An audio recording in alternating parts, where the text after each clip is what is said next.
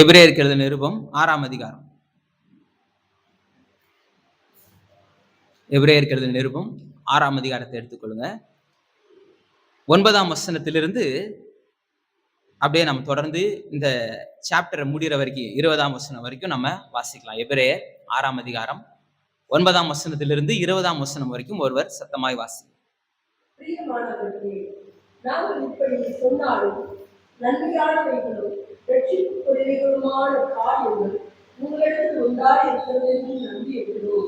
ஏனென்றால் உங்கள் கிரியையையும் நீங்கள் பசுத்தவான்களுக்கு ஊழியம் செய்வதனாலும் செய்து வருகிறதுனாலும் தமது நாமத்திற்காக காண்பித்த அன்புள்ள பிரயாசத்தையும் மறந்து விடுகிறதற்கு தேவன் அநீதி உள்ளவர் அல்லவே.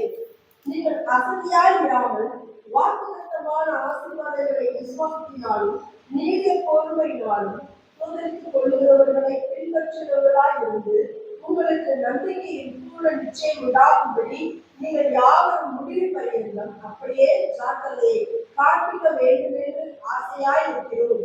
ஆபிரகாமுக்கு தேவன் வாக்குத்தத்தம் பண்ணின போது ஆணையின்படி தமிழில் பெரியவர் ஒருவர் இல்லாதபடியினாலே தமது பேரிலே தானே ஆணையிட்டு நிச்சயமாக நான் உன்னை ஆசீர்வதிக்கவே ஆசீர்வதித்து உன்னை பெருகவே பெருக பண்ணுவேன் என்றார். அந்தபடியே அவன் பொறுமையாய் காத்திருந்து வாக்குத்தத்தம் பண்ணப்பட்டதை பெற்றான். மனுஷர் தங்களில் பெரியவர்கள் பேரில் ஆணையிடுவார்கள். உறுதி பண்ணும்படிக்கு ஆணையிடுதலே சகல விவாதத்திற்கு முடிவு. அந்தபடி தேவனும் வாக்குத்தத்தம் பண்ணப்பட்டவைகளை சுதந்திரித்துக் கொள்கிறவர்களுக்கு தமது ஆலோசனை மாறாத நிச்சயத்தை பரிபூரணமாய் காண்பிக்கும்படி சித்தமுள்ளவராய் ஓர் ஆணையினாலே அதை சிறப்படுத்தினார்.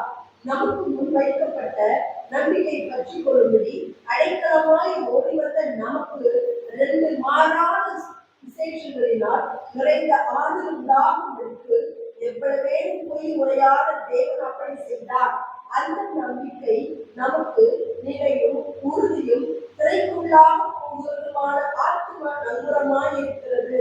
நமக்கு முன்னோடினவராகிய இயேசு மெல்கிசேதேக்கு முறைமையின்படி நித்திய பிரதான ஆசாரியராய் நமக்காக அந்த திரைக்குள் பிரவேசித்திருக்கிறார். இந்த எபிரேயர் நிருபத்தை தான் நம்ம தொடர்ந்து கர்த்தருடைய வார்த்தையாக நாம் பார்த்து வருகிறோம். இந்த நிருபத்திலிருந்து ஒவ்வொரு வசனங்களாக எடுத்து எதுவுமே ஸ்கிப் பண்ணாம இதுல இருக்கிற எல்லா காரியங்களையும் அடிப்படையான காரியங்களை அதனுடைய பேசிக்ஸை மட்டும் நம்ம பார்த்துக்கிட்டே போறோம். அதனாலதான் கொஞ்சம் வேகமா போறோம். ஏன்னா இது ஒவ்வொரு வசனமா எடுத்து ஒவ்வொரு வார்த்தையை எடுத்து போதிக்க வேண்டிய ஒரு மிகப்பெரிய ஒரு நிருபம். அது வேத பாடமாக நம்ம தியானிக்கும் பொழுது கர்த்தருக்கு சித்தமானால் ஒரு நாள் நிச்சயமாய் அந்த ஒரு கண்ணோட்டத்திலையும் நம்ம ஒவ்வொரு வார்த்தையாக எடுத்து இன்னும் ஆழமான இதுல சத்தியங்களை கற்றுக்கொள்ளதான் போறோம். இப்ப இதுல இருக்கிற சில முக்கியமான காரியங்களை மட்டும் நம்ம பார்த்துட்டு போய்கிட்டே இருக்கிறோம். இந்த நிருபத்தை ஒரு முக்கியமான காரியங்களை தொடர்ந்து நம்ம பார்த்துட்டே வரோம். இதுக்கு நம்ம கிறிஸ்தவ விசுவாசத்தின் மேன்மையை போதிக்கும் எபிரேய நிருபம் அப்படின்ற தலைப்பை கொடுத்து இதை நம்ம பார்த்துக்கிட்டே வரோம். இந்த நிருபம் புதிய உடன்படிக்கையின் திருச்சபையில, புதிய ஏற்பாட்டு திருச்சபையில, ஆதி திருச்சபையில, 1ஆம் நூற்றாண்டு திருச்சபையில குறிப்பா எபிரேயர்களுக்கு எழுதின நிருபம் இது. எபிரேய நிருபத்தினுடைய பின்னணியை பற்றி நமக்கு நல்லா தெரியும். இவங்க எபிரேயர்களா இருக்கிறாங்க. இவங்களுக்கு ஆதாம்ல இருந்து இவங்களுடைய ஜீனியாலஜி தெரியும். பரிசுத்தவான்கள் எல்லா பரிசுத்தவான்களுடைய சரித்திரமும் இவங்களுக்கு தெரியும். ஆதாம்ல இருந்து தொடர்ந்து ஃபுல்லும் எல்லா நபர்களுடைய சரித்திரமும் இவங்களுக்கு தெரியும். இவர்களுக்கு தீர்க்கதரிசிகள் இருந்தாங்க. தீர்க்கதரிசிகள் தங்களுடைய வார்த்தைகளை கொடுத்திருந்தாங்க. மோசே மூலமாய் கர்த்தருடைய நியாய பிரமாணத்தை பெற்றுக் கொண்டிருந்தாங்க. எண்ணாகமும் இருந்துச்சு, உபாகமும் இருந்துச்சு. இன்னும் சொல்ல போனா அவர்களுடைய ஆராதனை முறைமையின் கையேடாகிய லேவியராகம் இருந்துச்சு. அவங்களுடைய பிரேயர் புக்கு, அவங்களுடைய ஜெப புஸ்தமாகிய சங்கீத புஸ்தகங்கள் இருந்துச்சு, ஞான பாடல்கள் இருந்துச்சு. அப்ப இவங்களுக்கு ஒரு தேறினவர்களா இருக்கிறாங்க. இப்ப இந்த யூத மார்க்கத்திலிருந்து இப்ப கிறிஸ்துவை ஏற்றுக்கொண்டு திருச்சபையில இவங்க அங்கத்தினரா இருக்கிறாங்க. கிறிஸ்துவை பின்பற்றுகிறவர்களா இருக்கிறாங்க. அது நிழல், இது நிஜம்ன்ற சத்தியத்தை ஏற்றுக்கொண்டு இப்ப அறிவை பெற்று ஒளியை பெற்று இப்ப இவங்க கர்த்தரை ஏற்றுக்கொண்டவர்களா இந்த பூமியில வாழ ஆரம்பிக்கிறாங்க. ஆனா இப்ப இவங்க இந்த வாழ்க்கையை துவங்கும் போது இவங்களுடைய சூழ்நிலை ரொம்ப பிளசண்டா இல்ல. சூழ்நிலைகள் இவங்க கர்த்தரை ஏற்றுக்கொண்டது நிமித்தமாகவே நிறைய ஸ்லாக்கியங்களை இழந்து போனாங்க. நிறைய பேரால ஒதுக்கி வைக்கப்பட்டிருந்தாங்க. தன்னுடைய வாழ்வாதாரத்தை இழந்தாங்க. இப்படி நிறைய இழப்புகள் அவங்களுக்கு இருந்துச்சு. ஏன்னா அன்றைய காலகட்டம் அரசியல் சூழ்நிலை, சமுதாய சூழ்நிலை அப்படி இருந்துச்சு. இப்படிப்பட்ட சூழ்நிலையில இவங்க டிஸ்கரேஜ் ஆயிடக்கூடாது, இவங்க சோர்ந்து போயிடக்கூடாது அப்படின்றதுக்காக இந்த ஆசிரியர் இந்த நிருபத்தை அவர்களை தேற்றும்படியாக எழுதுகிறார். இதெல்லாம் நம்ம பின்னணியில நம்ம மைண்ட்ல பேக் ஆஃப் த மைண்ட் நம்ம ஓடிட்டே இருக்கணும். இவங்களுக்கு ஓல்ட் டெஸ்டமென்ட் முழுக்க நல்லா தரவா தெரியும் அப்படின்ற கண்ணோட்டத்துல தான் இதை நம்ம வாசிக்கணும். இதை ரீட் பண்ணவங்களுக்கு ஓல்ட் டெஸ்டமென்ட் பழைய ஏற்பாடு நல்லா தெரியும். நல்லா அதை பற்றியதான முழுமையாய் அவங்களுக்கு அறிவு இருந்துச்சு, தெளிவு இருந்துச்சு, புரிதல் இருந்துச்சு அப்படின்ற ஒரு கண்ணோட்டத்தை கூட தான் நம்ம வாசிக்கணும். அது நிழலாட்டமான விதங்கள்ல அவங்க ஒரு சடங்காச்சாரமான விதங்கள்ல அதை அனுசரிச்சு வந்தாங்கன்றதையும் நம்ம மறந்துடக்கூடாது. பண்டிகைகள் இருந்துச்சு, மாத பிறப்புகள் அவங்க கொண்டாடினாங்க, பலிகள் இருந்துச்சு, பலியின் முறைமைகள் இருந்துச்சு. ஆசரிப்பு கூடாரத்திலிருந்து தேவாலயத்தை வரைக்கும் பார்த்தவங்க, ஆசாரியர்களை பார்த்தவங்க, பலிகளை செலுத்தினவங்க, இவங்களுக்கு தான் இந்த நிருபத்தை எழுதுறாரு. இப்ப சொல்றாரு, இந்த இயேசு கிறிஸ்து எல்லாரையும் விட நம்ம நம்ம பின்பற்றி வந்த நம்மளுடைய மூதாதையர்களாகிய இந்த மனிதர்களை விட, தேவதூதர்களை விட சிறந்தவர், பெரியவர், உயர்ந்தவர் அப்படின்றத காமிச்சுக்கிட்டே வராரு. 1ஆம் அதிகாரத்துல தீர்க்கதரிசிகளை காட்டிலும் பெரியவர், சிறந்தவர், உயர்ந்தவர்னு காமிக்கிறாரு. 2ஆம் அதிகாரத்துல தேவ தூதர்களை காட்டிலும் சிறந்தவர், பெரியவர், உயர்ந்தவர்ன்றத காமிக்கிறாரு. 3ஆம் அதிகாரத்துல மோசேயை விட இவர் சிறந்தவர், பெரியவர், உயர்ந்தவர்னு காமிக்கிறாரு. 4ஆம் அதிகாரத்துல இந்த அவங்க அன்னைக்கு வாழ்ந்த அந்த வாக்குத்தத்தம் பண்ணப்பட்ட கானான் தேசத்திற்கு உள்ளே கூட்டிட்டு வந்த யோசுவா பெரிய, அந்த யோசுவாவை விட இந்த யெகோஷுவா பெரியவர், சிறந்தவர், உயர்ந்தவர்ன்றத காமிக்கிறாரு. அந்த யோசுவா உள்ள கூட்டிட்டு போல, இந்த யோசுவா என்ன பண்ணிட்டாரு, கூட்டிட்டு போயிட்டாரு. அதே பேர் தான், யோசுவான்ற பேர் தான். இயேசுன்றது அதனுடைய கிரீக்கோடைய ப்ரொனன்சியேஷன். ஆனா எபிரேயத்துல யோசுவா தான். யோசுவான் அதான் அந்த மீட்பவர், விடுவிக்கிறவர், ரிடீமர் அப்படின்ற அந்த அர்த்தத்தோடு கூட வர பேரு. அதுதான் இயேசு கிறிஸ்துவுக்கு வைக்கிறாங்க. அப்ப இந்த 5ஆம் அதிகாரத்துல இருந்து 9ஆம் அதிகாரம் வரைக்கும் இந்த இயேசு கிறிஸ்து பிரதான ஆசாரியரை காட்டிலும் பெரியவர், சிறந்தவர், உயர்ந்தவர்ன்றத இந்த ஆசிரியர் காமிச்சுட்டே வர்றாரு. அந்த பகுதியில தான் நாம இருக்கிறோம்.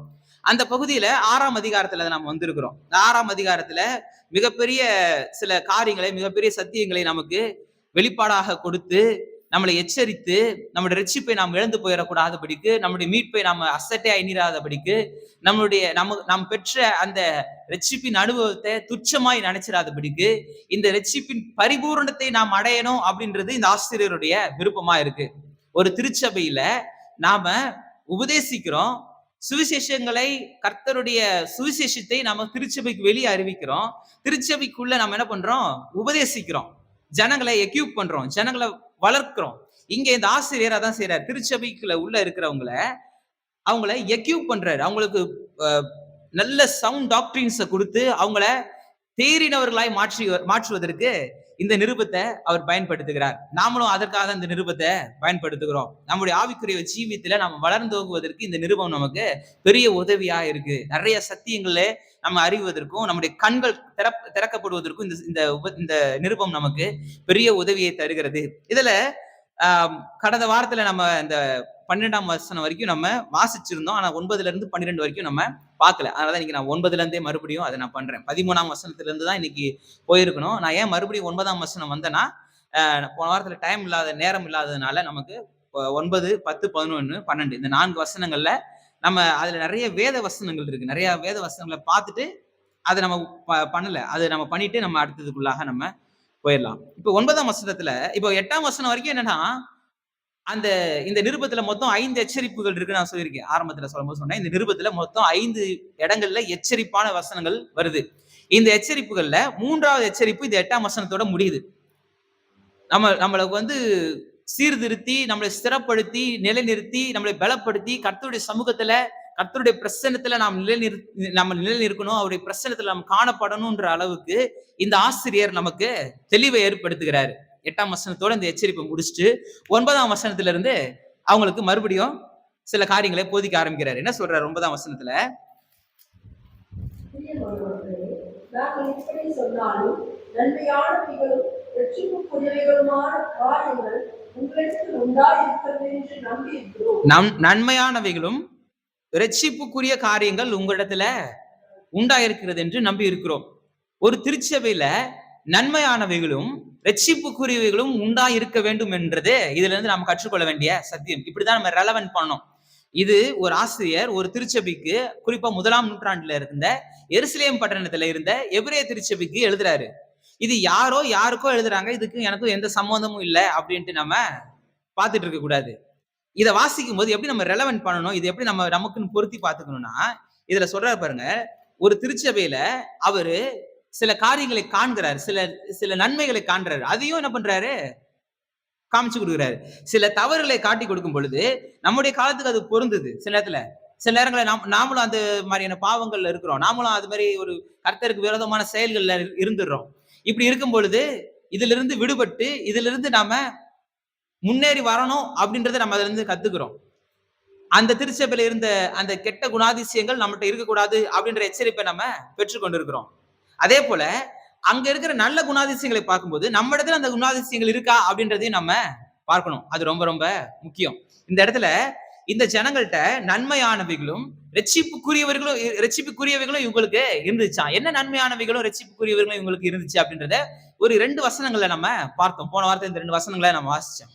என்ன அப்படின்னா, இந்த யூதர்களுக்கு பொதுவாகவே ஒரு எண்ணம் இருந்துச்சு. என்ன எண்ணம் இருந்துச்சு?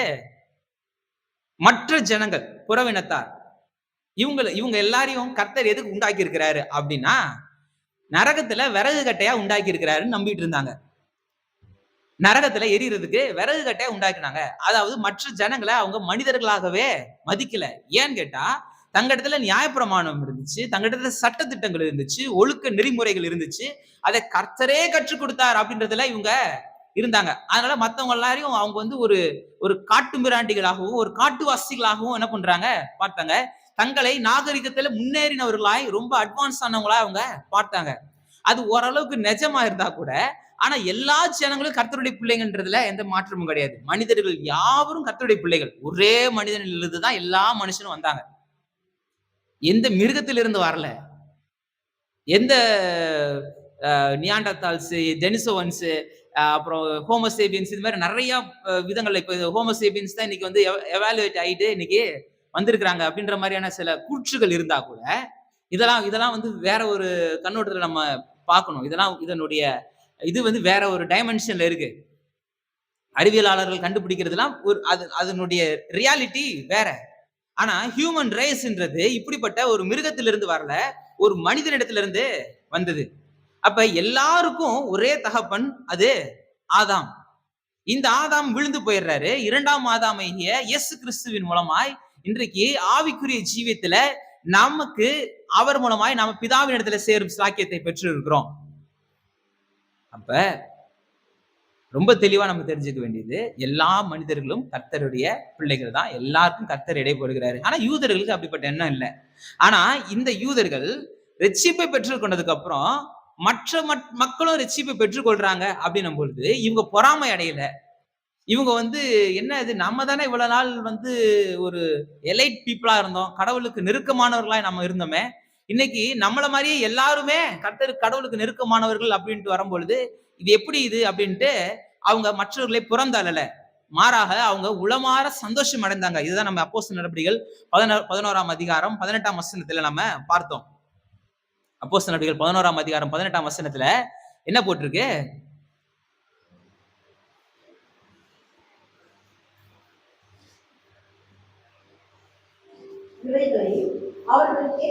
இவைகளை மற்ற ஜனங்களும் ரசிக்கப்படுறாங்கன்றத கேட்ட போது அமர்ந்திருந்து, அப்படியானால் ஜீவனுக்கு ஏதுவான மனம் திரும்புதலை தேவன் புறஜாதியாருக்கும் அருள் செய்தார் என்று சொல்லி தேவனை மகிமைப்படுத்தினார்கள். அப்ப இவங்க சந்தோஷப்படுறாங்க, கர்த்தரை மகிமைப்படுத்துறாங்க. இப்ப எங்களை மாதிரியே எல்லாரையும் நீங்க ஏற்றுக்கொண்டீங்களா ஆண்டவரே, அதுக்காக ஸ்தோத்திரம்ன்றாங்க. உலகம் முழுக்க இந்த ரட்சிப்பின் திட்டத்தை ஏற்படுத்தியிருக்கீங்களா, அதற்காக ஸ்தோத்திரம் அப்படின்றாங்க.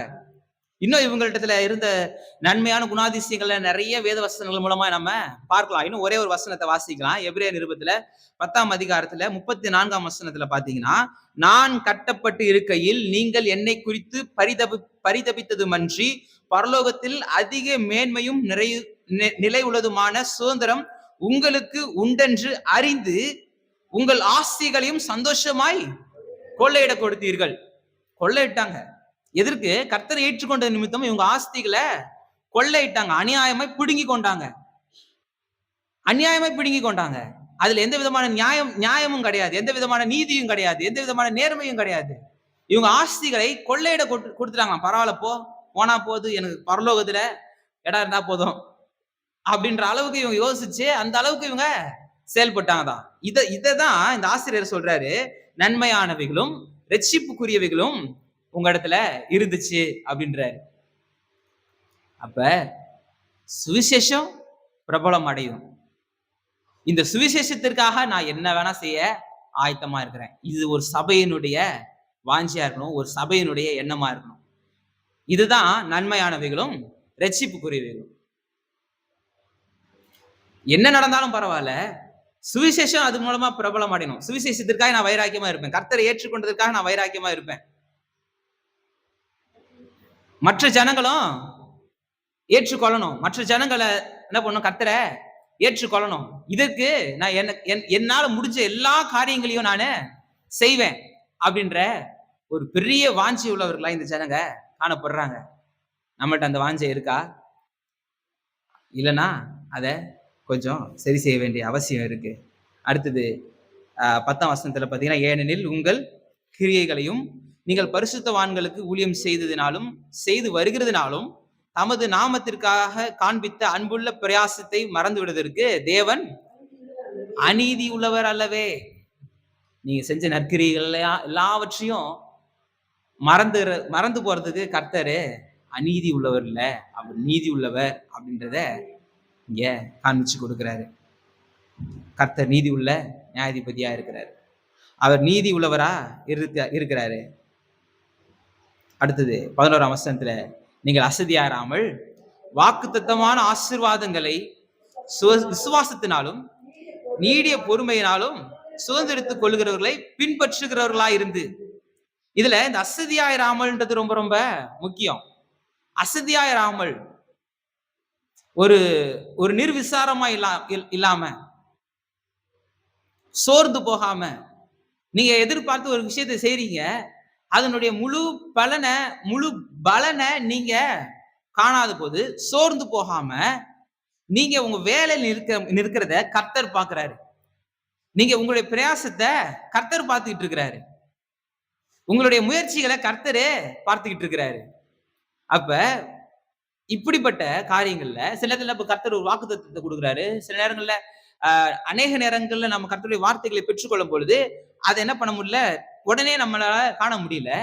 இப்ப இந்த வாக்குத்தத்தங்களை, இந்த ஆசீர்வாதங்களை நாம் எப்படி பெற்றுக்கொள்ளணுமா?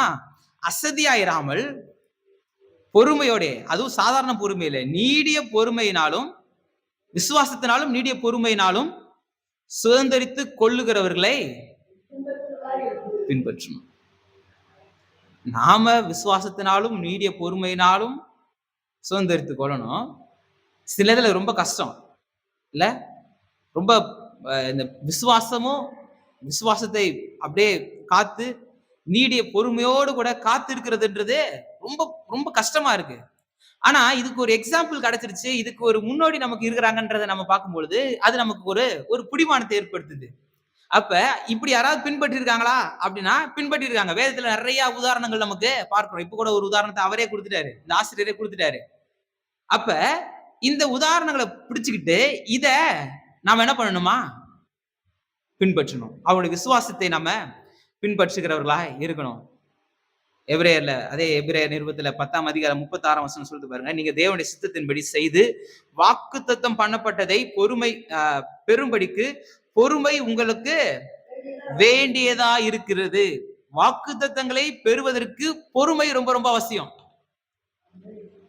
வாக்குத்தத்தங்களை பெறுவதற்கு பொறுமை ரொம்ப ரொம்ப அவசியம். இது பாத்தீங்கன்னா ரொம்ப கஷ்டம், ஆனா பொறுமையா இருக்கும். பொறுமையா இருக்க வேண்டிய இது இருக்கு, ஒரு அவசியம் இருக்கு. அப்படி பொறுமையா இருக்கிறது என்ன காமிக்குது? நாம தேவன் மீது வைக்கிற விசுவாசத்தை காமிக்குது. என்ன உன் வாழ்க்கை இப்படி இருக்கு, கடவுள்னு சொன்ன, என்ன உன் வாழ்க்கை இப்படியே இருக்கு, எந்த முன்னேற்றமும் இல்லை அப்படின்ட்டு சில நேரத்துல என்ன பண்ணலாம், மற்றவர்கள் சொல்லலாம். ஆனா அதன் மத்தியில நீங்க இல்ல நான் கர்த்தரை நம்புறேன் நீங்க சொல்றீங்கல்ல, அங்க கர்த்தருடைய நாமத்தை மகிமைப்படுத்துறீங்க.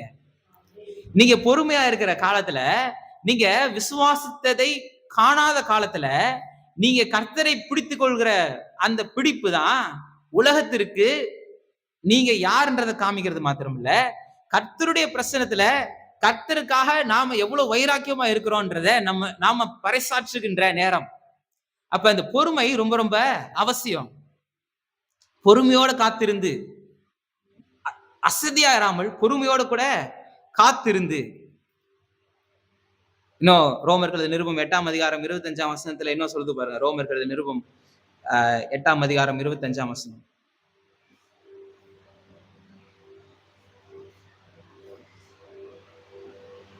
நாம் காணாத நம்புவோமாகி, அது வருகிறதற்கு பொறுமையோடு காத்திருப்போம். காணாததை நம்பினோமாகி, நம்பினோமாகில் அது வருகிறதுக்கு பொறுமையோட காத்து.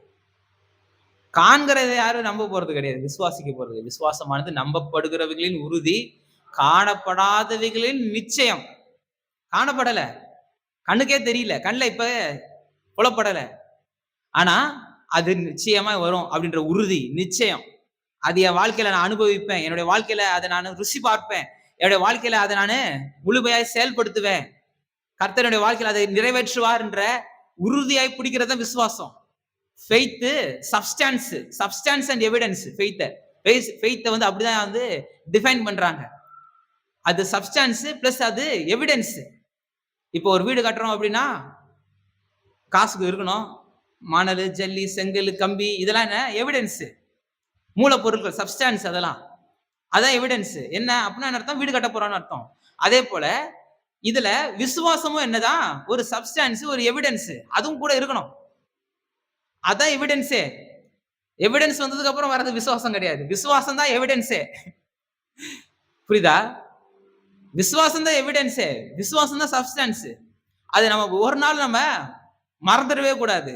அது அது நமக்கு அது இருக்கணும். விசுவாசம் இருந்துருச்சுன்னா, எப்படி ஒரு பேங்க் அக்கௌண்ட்ல அது தேவையான மொத்த காசு இருக்குது, செங்கல் மொத்தம் இருக்குது, சிமெண்ட் இருக்குது, மணல் இருக்குது, வேலையாட்கள் எல்லாரையும் நம்ம நியமிச்சிட்டோம், வேலை வந்து போயிரும் அப்படின்ற எப்படி ஒரு உறுதி இருக்குதோ, அப்ப அதே போல விசுவாசம் இருக்கும் பொழுது இதெல்லாமே இருக்குது.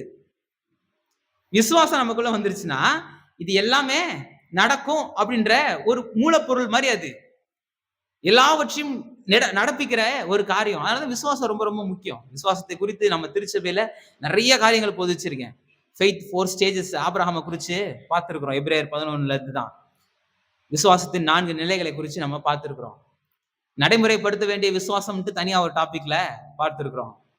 இப்படி விசுவாசத்தை குறித்து நிறைய விதங்கள்ல நம்ம கர்த்தருடைய வார்த்தையை தியானிச்சிருக்கிறோம். இங்க வாக்குத்தத்தத்தை நாம காணாததை பொறுமையோட பெற்றுக்கொள்ள நாம காத்திருக்கிறவர்களாய் நாம இருக்கணும் அப்படின்ட்டு கர்த்தருடைய வேதம் நமக்கு போதிக்குது. யாக்கோபின் நிருபத்துல 1ஆம் அதிகாரம் 4ஆம் வசனம் சொல்லுது பாருங்க. நீங்கள் ஒன்றிலும் குறை உள்ளவர்களாய் இராமல் பூரணராயும் நிறைவுள்ளவர்களாயும் இருக்கும்படிக்கு பொறுமையானது பூரண கிரியையை செய்ய கடவுது.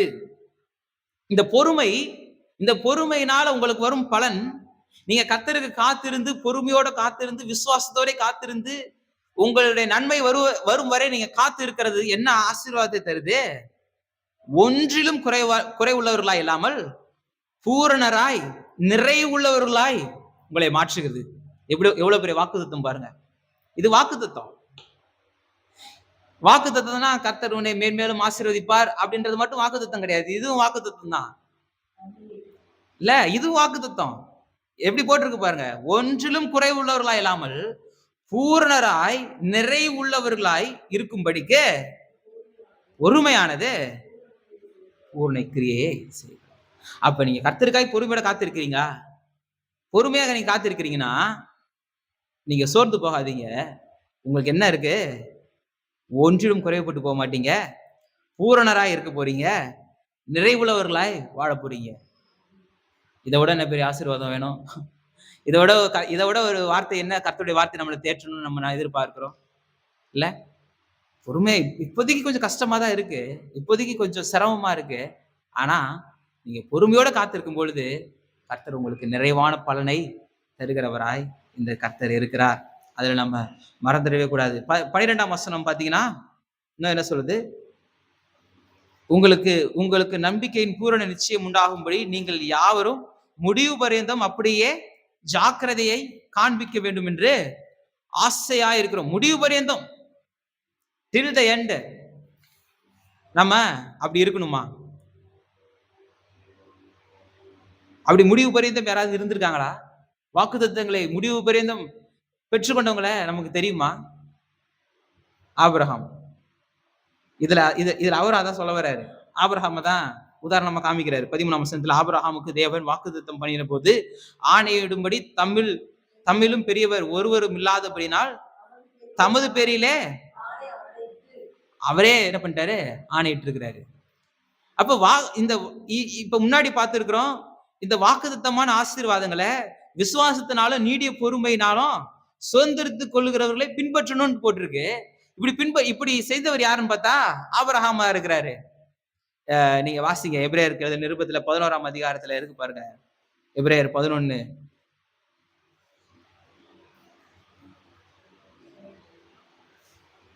18-19. ஈசாக்கினிடத்தில் உன் சந்ததி விளங்கும் என்று அவனோடே சொல்லப்பட்டிருந்ததே, இப்படிப்பட்ட வாக்குத்தத்தங்களை பெற்றவன் மரித்தோரிலிருந்து எழுந்த தேவன் நல்லவராய் இருக்கிறார் என்று எண்ணி தனக்கு ஒரே பேரானவனையே பலியாக ஒப்புக் கொடுத்தான். மரித்தோரிலிருந்து அவனை பாவனையாக திரும்பவும் பெற்றுக்கொண்டான்.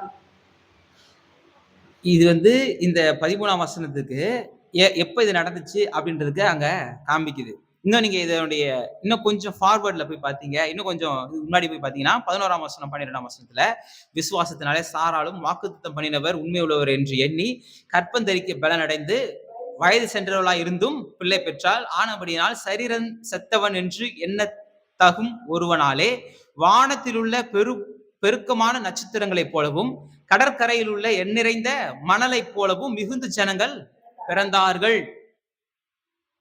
பெரிய கூட்டத்தை கர்த்தர் உண்டாக்குறாரு. இதனுடைய ஒரிஜினல் சம்பவத்தை நம்ம ஆதியாகமத்தின் புஸ்தகம் 17ஆம் அதிகாரத்துல நம்ம பார்க்கலாம். 12ஆம், அதாவது ஆபிரகாமை குறித்த பகுதி தான் கொஞ்சம் ஆதியாகமத்துல பெருசு. 12ஆம் அதிகாரத்துல இருந்து கிட்டத்தட்ட 24ஆம் அதிகாரம் வரைக்கும் ஒரு பெரிய சாப்டர்ஸ் ஆபிரகாமுடைய வாழ்க்கை வரலாறு சம்பவங்கள் அந்த இடத்துல இருக்கு. இதை நம்ம ஃபெய்த் 4 ஸ்டேஜஸ், விசுவாசத்தின் 4 நிலைகளை குறித்து நம்ம பார்த்திருக்கிறோம். அழைப்பு, அப்புறம் கர்த்தருடைய வழி நடத்துதல், 3வது என்ன? அற்புதங்களை பெற்றுக்கொள்ளுது, 4வது கர்த்தருக்காய் சாட்சியாய் ஜீவிப்பது. இந்த 4 நிலைகள்ல ஃபெய்த்தோட விசுவாசத்தினுடைய 4 நிலையில இந்த வசனங்களை நாம தியானிச்சிருக்கிறோம். இதுல அழைக்கப்பட்டிருக்கிறோம், கர்த்தருடைய வழி நடத்துதலை பெற்றுக்கொண்டிருக்கிறோம். ஆபிரகாம் அழைக்கப்பட்டிருக்கிறாரு, ஊர்ன்ற கல்தேய பட்டணத்துல இருந்து அழைக்கப்பட்டிருக்கிறாரு. அதுக்கப்புறம் ஆரான்ல இருந்து அழைக்கப்படுறாரு. அப்புறம் கர்த்தருடைய வழி நடத்துதல பாக்குறாரு, எகிப்துல பாக்குறாரு. அந்த மிகப்பெரிய ராஜாக்கள் இடத்துல இருந்து சோதம் குமாரா பட்டணங்களை மீட்டு 5 ராஜாக்களை விடுவிக்கிறதுல கர்த்தருடைய வழி நடத்துதல, கர்த்தருடைய பராக்கிரமத்தை, கர்த்தருடைய கரத்தை டைரக்டா பாக்குறாரு. 3வது இந்த அற்புதம். நம்ம அடைக்கப்பட்டு இருக்கிறோம். அடுத்தது கர்த்தருடைய வழி நடத்துதல அப்பப்ப ருசி பார்க்கிறோம். ஒவ்வொரு நாளும் கர்த்தர் நம்மள ஆபத்திலிருந்து பாதுகாக்கிறாரு, ஒரு விபத்துல இருந்து பாதுகாக்கிறார், தேவைகளை சந்திக்கிறாரு. இப்படி அனுதினமும் கர்த்தருடைய கரத்தை, சிறு சிறு காரியங்களை நம்ம ருசி பார்த்துட்டே வரோம். ஆனா ஒரு கட்டம் வரும், எல்லாருடைய வாழ்க்கையில இருக்கும், மனுஷரால் முடியாம தேவனால் மாத்திரம் நடப்பிக்கக்கூடிய ஒரு நாள் உங்களுடைய வாழ்க்கையில வரும். தேவனுடைய கரத்தினால மாத்திரம் நீங்க அற்புதங்களை பெற்றுக்கொள்கிற நாள்ன்றது ஒண்ணு இருக்கு, ஒண்ணு வரும். வேற யாரும் நம்மளுக்கு உதவி செய்ய முடியாது, வேற எதுவும் நமக்கு உதவி செய்ய முடியாது. கர்த்தருடைய கரம் மாத்திரம் தான் நமக்கு உதவி செய்யும். கர்த்தருடைய கிருபை மாத்திரம் தான் நமக்கு உதவி செய்யும். இப்படிப்பட்ட ஒரு நாள்ன்றது நிச்சயமா வரும். அந்த நேரம் கர்த்தரை நம்ம விசுவாசிக்கணும். இங்க இந்த சம்பவம் இருக்குல்ல, ஆபிரகாம் ஈசாக்கு பிறந்த சம்பவம்ன்றது டோட்டலா மனுஷரால ஒண்ணுமே பண்ண முடியாம இன்னுமே நோ அப்படின்ற கைவிடப்பட்ட நேரத்துல தான் இப்ப பார்த்தா அற்புதம் நடக்குது. அதான் வாக்குத்தத்தத்தை பெற்றுக்கொள்வதற்கு விசுவாசமும் நீடிய பொறுமையும் அவசியம். கிட்டத்தட்ட 26 வருஷம் கழிச்சு வருது. எல்லாருடைய வாழ்க்கையில அப்ப 25 வருஷம் கழிச்சு தான் வரும்னு நினைக்காதீங்க. கர்த்தர் உங்களுக்கு கொடுக்குற ஆசீர்வாதம் எல்லாமே 25 வருஷம் தான், 25 வருஷம் கழிச்சு தான் வரும். அப்படி கிடையாது. அதுல சில அது அது அந்த டைம்ல அத போதிச்சிருக்கேன். எப்ப அந்த மனது மாறுதோ, எப்ப அந்த கலாச்சாரம், பழைய கலாச்சாரங்கள், பழைய பழக்கவழக்கங்கள் ஒழியுதோ, அன்னைக்கு ஆசீர்வாதத்த பெற்றுக்கொண்டுட்டாரு. ஆனா, பெற்றுக்கொள்வது வரைக்கும் நீங்க உறுதியா இருக்கணும். அதுதாங்க விஷயம். அது 2 மணி நேரமா இருக்கலாம், 2 மாதமா இருக்கலாம், 2 வருஷமா இருக்கலாம், இல்ல 20 வருஷமா கூட இருக்கலாம். ஆனா, நீங்க பெற்றுக்கொள்வீங்க அப்படின்ற உறுதியோடு கூட, விசுவாசத்தோடு கூட நீங்க இருக்கணும். நமக்கான நல்வாழ்வு கர்த்தருக்கு நமக்கு ஏற்படுத்தின அந்த நல்வாழ்வு நிச்சயம் வரும்ன்ற உறுதி நிச்சயம் நமக்கு இருக்கணும். இங்க அதான் போட்டிருக்கு. வாக்குத்தத்தமான ஆசீர்வாதங்களை விசுவாசத்தினாலும் நீடிய பொறுமையினாலும் அவங்க என்ன பண்ணாங்களா? பெற்றுக்கொண்டாங்க. மிகப்பெரிய ஆசீர்வாதம், மிகப்பெரிய ஒரு கர்த்தருடைய வழி நடத்துதல், மிகப்பெரிய ஒரு கர்த்தருடைய கரத்தை அவங்க பார்த்தாங்க. பேரு பாத்தீங்கன்னா அதோட சீரியஸ்னஸ் அந்த அந்த சாப்டர் நம்ம வாசிக்கும் தெரியும். ஏன்னா கிட்டத்தட்ட ஒரு 13, 14 வாரம் கிட்ட இந்த ஒரு பகுதியை மட்டும் எடுத்தோம். ஒரு லாங்கா எடுத்தோம். இந்த எபிரேயர்ல 11ஆம் அதிகாரத்துல அந்த 11, 12 வசனங்களை எடுத்து கிட்டத்தட்ட 13, 14 வாரங்கள் கிட்ட அதை பேசினேன். ரொம்ப பெரிய டாபிக்ஸ் அது. அந்த அளவுக்கு பெரிய ஒரு விஷயங்கள் அதுக்குள்ள கண்டென்ட் அதுக்குள்ள அடங்கி இருக்கு. பேரு பாத்தீங்கன்னா ஆபிராம். ஆபிராம்னா என்ன? அநேகருக்கு தகப்பன். நம்ம ஊர்ல வெள்ளச்சாமின்னு இருப்பான். பார்த்தா ஆளு ஒரு டைப்பா இருப்பாப்புல. அதே போல கோடீஸ்வரன்ட்டு பேர் வச்சிருப்பாங்க. ஆளு வேற லெவல்ல ஒரு வாழ்க்கை வாழ்ந்துகிட்டு இருப்பாரு. அது மாதிரி பேருக்கும் ஆளுக்கும் சம்மந்தமே இல்லாத இருப்பாங்கல்ல, அது மாதிரி அது வந்து ஸ்ட்ராட்டஜிக்கலா ஒரு முக்கியமான இடத்துல வாழ்ந்துட்டு இருக்கிறாரு. ஏன்னா நீங்க பாத்தீங்கன்னா இந்த சைடு வந்து ஊருன்ற கல்தேய பட்டணம், பாபிலோனிய சாம்ராஜ்யம் இந்த சைடு இருக்குது. இந்த சைடு பார்த்தா எகிப்து சாம்ராஜ்யம் இருக்கு. ரெண்டும் மிகப்பெரிய சாம்ராஜ்யம். இன்னைக்கு அமெரிக்காவும் ஐரோப்பாவும் மிகப்பெரிய சாம்ராஜ்யங்களா இருக்குது. யூரோப்பும் அமெரிக்கா யுஎஸும் வந்து எவ்வளவு ஒரு பெரிய ஒரு 2 பெரிய வல்லரசுகளாய் இருக்குது. இதுக்கு இடையில தான் வந்து போக்குவரத்து அதிகமா இருக்கும். டிராவல் பாத்தீங்கன்னா இதுக்கு இடையில தான் ரொம்ப எலைட்டான பீப்புள்ஸ் அதிகமா என்ன பண்ணுவாங்க? டிராவல் பண்ணுவாங்க. பிரீமியமான சர்வீசஸ் அங்கதான் இருக்கும். இருக்கிறதுலே பெஸ்ட் சர்வீசஸ் டிரான்ஸ்போர்ட் சர்வீசஸ் வந்து அங்கதான் இருக்கும். அப்படி இந்த சைடு பார்த்தா பாபிலோனிய சாம்ராஜ்யம், இந்த சைடு பார்த்தா எகிப்திய சாம்ராஜ்யம். இந்த ஜனங்க எப்படி கடந்து போவாங்கன்னு பாத்தீங்கன்னா, அப்படியே மேல இந்த யூப்ரட்டிஸ், டைக்ரிஸ் இந்த மாதிரி நதிகள் ஓரமாவே போயிட்டு ஆரான் வரைக்கும் போயிட்டு ஆரான்ல இருந்து அப்படியே மத்திய தரைக்கடல் வந்து அப்படியே மத்திய தரைக்கடல்ல இருந்து எகிப்துக்கு வந்துருவாங்க. ஏன்னா அப்படி நீரோட்டம் ஓரத்துலதான் எப்போதுமே ஆடு மாடுகள் இருக்கும். ஆடு மாடுகளுக்கு தேவையான உணவுப் பொருட்கள் இருக்கும். அப்ப அங்கதான் மனித நாகரிகங்கள் இருக்கும், மனிதர் நடமாட்டம் இருக்கும். அதனால அங்க இது பண்ண முடியும். இதுக்கு நடுவுல யாரும் வந்து போக மாட்டாங்க. ஆனா இங்க இது ஆபிரகாம் அதே போலதான் வாக்குத்தத்தம் பண்ணப்பட்ட தேசம் இதுக்கு இடையில இருக்குது. இவர் இப்படி நேரா வராம ஆரானுக்கு போயிட்டாரு அவங்க அப்பா கூட. திருப்பி அவங்க அப்பா அங்க இறந்ததுக்கு அப்புறம் அங்க இருந்து திருப்பியும் ஆரான்ல இருந்து வாக்குத்தத்தம் பண்ணப்பட்ட தேசத்துக்கு வராரு. அது எகிப்துக்கு போயிட்டு தான் வராரு. அதெல்லாம் வேற இது. ஆனா இப்ப அவர் எங்க தங்கி இருக்கிறாருன்னு பார்த்தா இந்த 2 மிகப்பெரிய ராஜ்யங்களுக்கு நடுவுல தங்கி இருக்கிறாரு. அதனால இவரும் சும்மா சாதாரண ஆள் கிடையாது. மிகப்பெரிய ஒரு செல்வந்தனா வாழ்ந்துட்டு இருக்கிறாரு. மிகப்பெரிய ஆஸ்திகளை உடையவனா இவர் வந்து என்ன பண்ணிட்டு இருக்காரு? வாழ்ந்துட்டு இருக்காரு. அதனால இந்த டிராவலர்ஸுக்கு ரொம்ப ஈஸியா போச்சு. என்னன்னா கொஞ்சம் நடந்தா கொஞ்ச நாள் போயிட்டா இந்த ஆபிரகாம்னு ஒருத்தர் இருப்பாரு. அவர்கிட்ட போய் இருந்துக்கலாம். அந்த இடத்துல தங்கிக்கலாம். அங்க இருந்து ஒரு ஸ்டெச் மறுபடியும் எகிப்துக்கு போயிடலாம். எகிப்துல இருந்து வரவங்க ஆபிரகாம் தங்கிட்டு இங்க வருவாங்க. இது வந்து ஒரு ஸ்ட்ராட்டஜிக்கல் பாயிண்ட் அவங்களுக்கு இருந்துச்சு. ஒரு அவங்களுடைய கலாச்சாரங்களை பரிமாற்றிக் கொள்வதற்கு அவங்க டிராவலுக்கு அவங்க ஒரு பெரிய ஹைவே மாதிரி ஆயிடுச்சு. பைபாஸ் போட்ட மாதிரி ஆயிப்போச்சு. சுத்திட்டு போகாம டைரக்டா போயிடலாம். ஏன்னா கொஞ்சம் போயிட்டா இங்க உணவு கிடைக்குது. உணவு கிடைக்கும், தங்குற இடம் இருப்பிடம் கிடைக்கும். ஏன்னா அவ்வளவு பெரிய ஆஸ்தி உள்ளவரா இருந்தாரு. வந்தவெல்லாம் கேட்பான், யாரா அதுக்கு ஓனர்னு பார்த்தா ஆபிரகாம்னுவாங்க. ஆபிரகாம்னா யாரு? அப்ப பேரே ஆபிரகாம். நிறைய பிள்ளைகளுக்கு தகப்பன். அப்படியா? எவ்வளவு பிள்ளைங்க உங்க எஜமானுக்கு? நான் ஒண்ணு கூட கிடையாது. எப்படி இருக்கும் பாருங்க. அதான் ஒரு போதகர் வந்து அற்புதமா சொன்னாரு. 2 கல்ச்சர் இருக்குது. ஒன்னு வெஸ்டர்ன் கல்ச்சர், ஒன்னு ஈஸ்டர்ன் கல்ச்சர். வெஸ்டர்ன் கல்ச்சர்ல பொதுவா இந்த பர்சனல் திங்ஸை நோண்ட மாட்டான். ஈஸ்டர்ன் கல்ச்சர்ல பர்சனல் திங்ஸை மட்டும் தான் நோண்டுவான். வெஸ்டர்ன் கல்ச்சர்ல நீ என்ன ஊரு, எந்த எந்த எது உங்க சொந்த ஊரு, நீங்க ஏன் இப்படி இருக்கீங்க, அது இங்க உன் சம்பளம் என்ன, இதெல்லாம் கேட்கவே மாட்டான். அவன் பொதுவா வெதரை பத்தி, அரசியலை பத்தி, பொதுவானதை பத்தி பேசுவான்.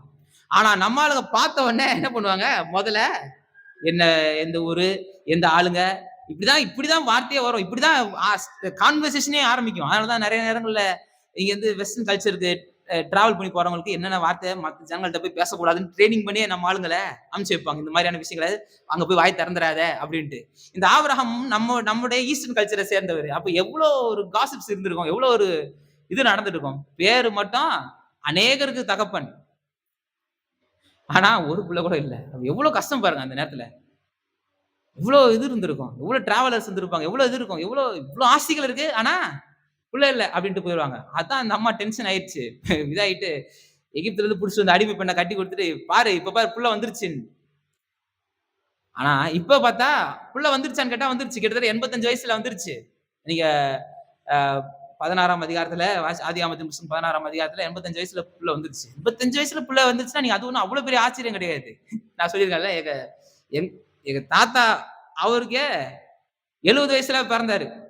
அப்ப 70 வயசுல அவருக்கு, அதாவது அவருக்கு பல வயசுல பிள்ளை வந்து கடைசி பிள்ளை 70 வயசுல பிறந்திருக்கிறாரு. அதனால நம்ம தலைமுறையிலேயே அதை நம்ம பார்த்திருக்கிறோம். அப்ப கிட்டத்தட்ட பல ஆயிரம் வருஷங்களுக்கு முன்பாக இது ஒரு சாதாரண விஷயம் தான். ஆனா இப்ப எங்க மேட்டர்னா, சரீரம் செத்து போச்சு. இனிமே அவரால பிள்ளை உண்டாகாதுன்ற சூழ்நிலை வந்ததுக்கு அப்புறம் இப்ப 17ஆம் அதிகாரம், ஆதியாகமத்தின் புஸ்தகம் 17ஆம் அதிகாரம் என்ன சொல்லுது? இப்ப சுயபலன் எல்லாமே போச்சு. சரீர பலன் இல்லாம போச்சு. இப்ப சுயம்ன்றது வெளிப்படாம போயிருச்சு. இனிமே சுயபலன்ன்றது வேலைக்காகவே ஆகாது. இப்ப கர்த்தரிடத்துல இருந்து மாத்திரம் தான் வந்து அற்புதம் நடக்கணும். கர்த்தரிடத்துல இருந்து மாத்திரம் தான் கிரியை செய்து ஆகணும் அப்படின்ற சூழ்நிலை வந்துருச்சு.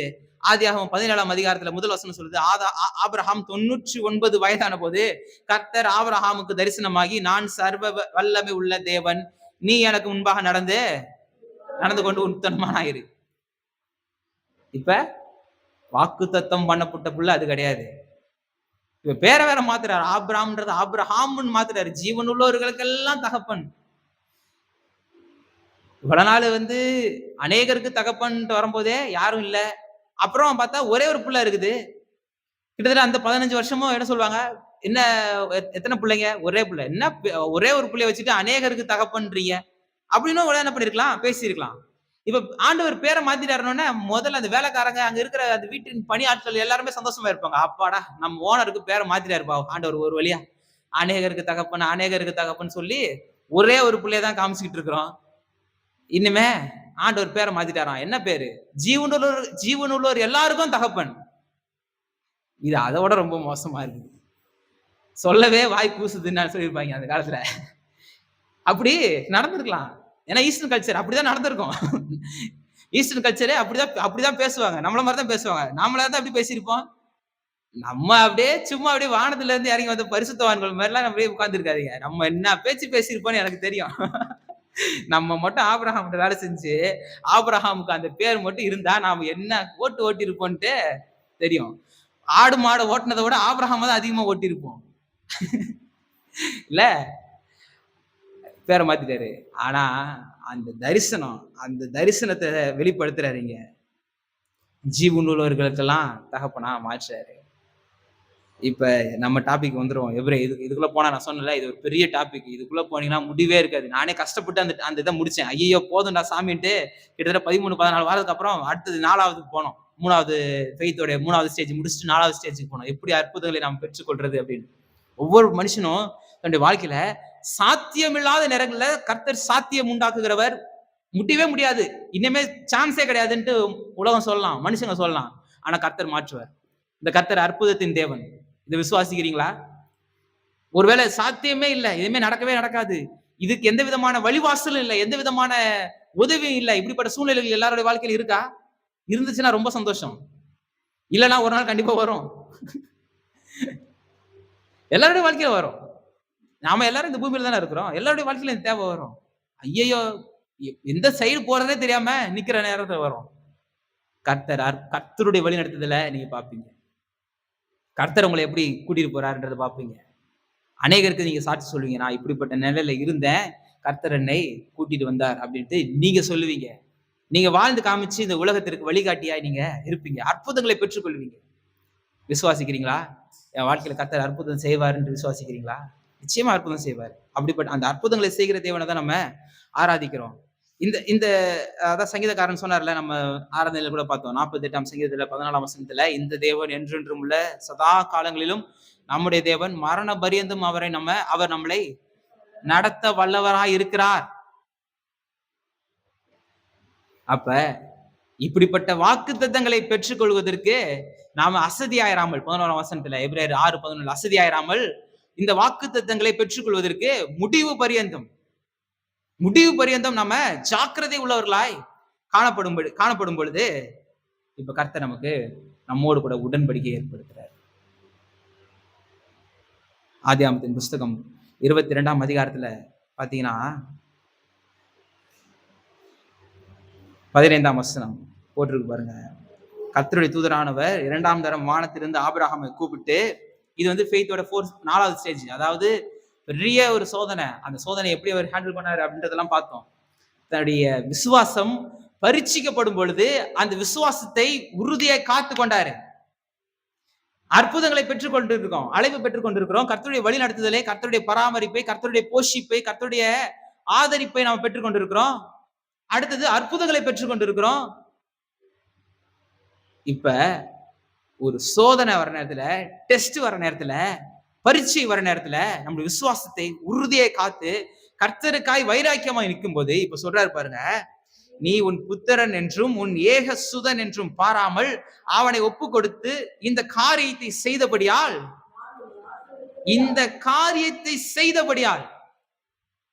நான் உன்னை ஆசீர்வதித்து.